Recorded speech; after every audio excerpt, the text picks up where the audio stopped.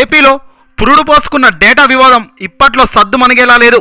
ప్రజల డేటాను వేటు కంపెనీలకు అందించి ఆ విషయం లోకానికి తెలియడంతో తప్పు కప్పి ఉంచేందుకనే నానా రచ్చ చేస్తున్నారు ఏపీ సీఎం చంద్రబాబు నాయుడు. ఈయన వైఖరిపై చాలా అనుమానాలు వ్యక్తమవుతున్నాయి. ఆయనకు ప్రధానంగా 5 ప్రశ్నలకు జవాబు చెప్పాల్సి ఉంది.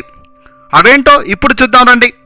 మొదటిది, ప్రభుత్వానికి పార్టీకి ఉండవలసిన తేడాను పట్టించుకోకుండా ప్రజల వ్యక్తిగత సమాచారాన్ని పార్టీ వాడుకోవడం, ఒక ఐటీ గ్రిడ్స్ అనే ప్రైవేట్ సంస్థకు దాన్ని అందజేయడం నిజం కాదా? రెండవది, ఒక ప్రైవేట్ కంపెనీపై పోలీసులు దాడి చేసి సోదాలు చేస్తే ఒక ముఖ్యమంత్రి కంగారు పడాల్సిన పరిస్థితి ఏమి ఉంటుంది? తెలుగుదేశంకు ఆ కంపెనీ సేవలు అందించిందని యాప్ రూపొందించిననే కదా చెప్తున్నారు.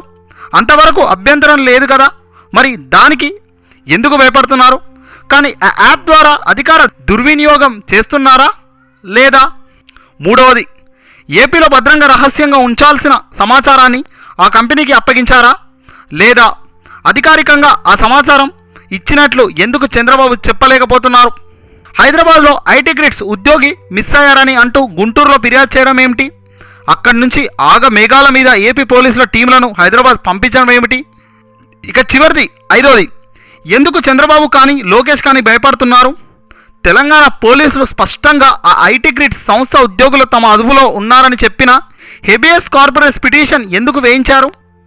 పైగా ఆ సంస్థపై ఫిర్యాదు చేసిన లోకేశ్వర్ రెడ్డి అనే వ్యక్తిని అరెస్టు చేయడానికి ఏపీ పోలీసులు ఎందుకు ప్రయత్నిస్తున్నారు? ఇగో ఇవే 5 ప్రశ్నలు ప్రతి ఆంధ్ర వ్యక్తి మెదడులో కదులుతున్నాయి ఇప్పుడు.